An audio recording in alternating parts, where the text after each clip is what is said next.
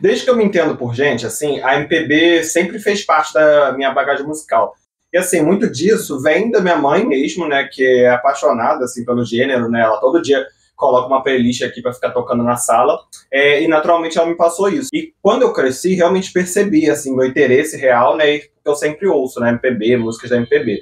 Mas o Ney Matogrosso continua sendo para mim uma figura fascinante, assim, a nossa história, porque ele não é muito de falar, né, sobre a sua vida pessoal, nem de aparecer constantemente na mídia, né? E o fato de que ele nunca parou, assim, eu nunca parei, na verdade, para ficar pesquisando sobre a vida dele. E mesmo apreciando demais as músicas, né, a performance, a voz dele, eu só assisti ele ao vivo em 2023, num show que teve aqui no Rio, mas que deu para perceber o quanto que ele é um artista poderoso, ousado e, tipo, no auge dos seus 80 anos, né? Aí, claro, né, achei interessante, né, e curioso também, quando o Homem com H foi anunciado, já que é um projeto homenageando ele ainda em vida, né, e ao mesmo tempo com um certo medo, né, porque o nosso cinema já trouxe as mais variadas cinebiografias, né, ótimas, boas, médias, ou fracas e genéricas, né, independente da grandiosidade do artista representado. E agora, será que a forma como o Ney, né, a história dele foi representada nas telonas valeu a pena? Bora então falar de Homem com H.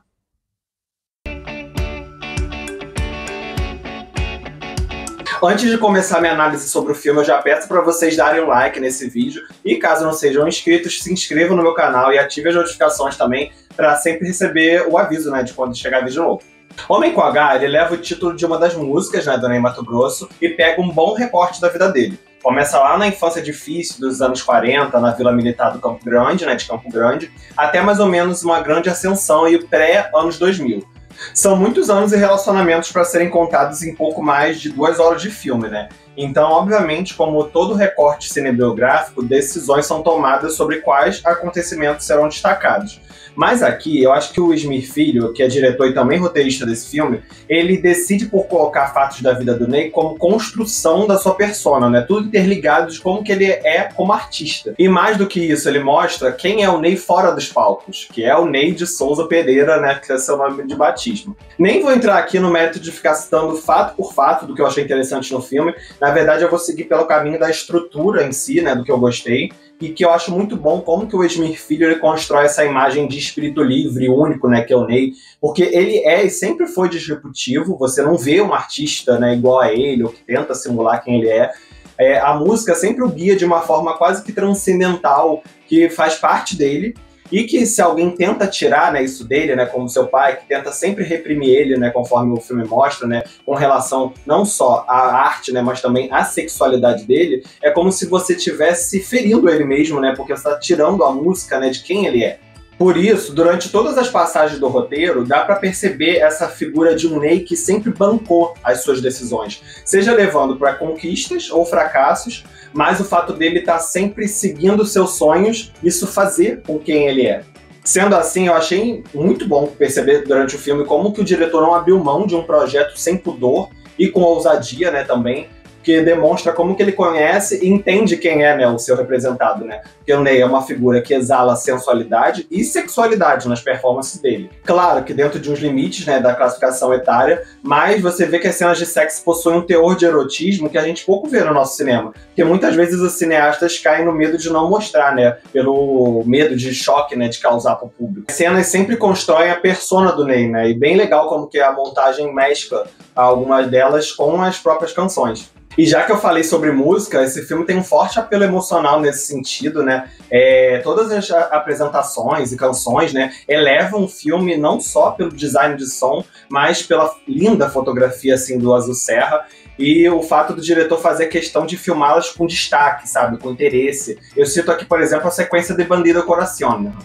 Fazendo aqui Bandido Coração, enfim, que eu acho excelente, assim, a cena é muito boa. A gente não vê apenas a cena sendo reproduzida, né, como que aconteceu, né, na vida real. Como todo mundo em cena tá dedicado, né, além do ótimo do Jesuíta Barbosa, né, mas todo mundo tá visivelmente dedicado, isso é transmitido em tela também para o público. Tem um carinho, né, bem perceptível nesse projeto, não só pelo Esmir Filho, mas também toda a equipe, né, assim, com relação a como constrói, né, a história do Ney Matogrosso, desde o figurino, né, bem fiel e que destaca as fases, né, e o brilho do Ney, né, passando pela reconstrução de momentos chaves, né, da história dele.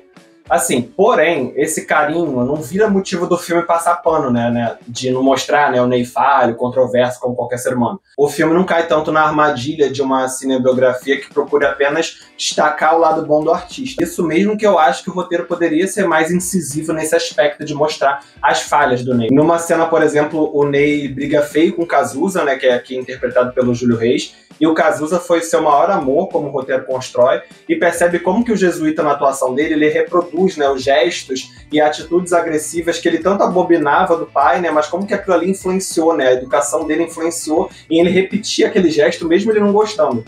Ainda assim, mesmo com todas as boas escolhas, né, que o filme faz, cai por vezes naquela estrutura episódica, né, de cinebiografias que a gente vê, com passagens que não parecem se conectar umas com as outras ali.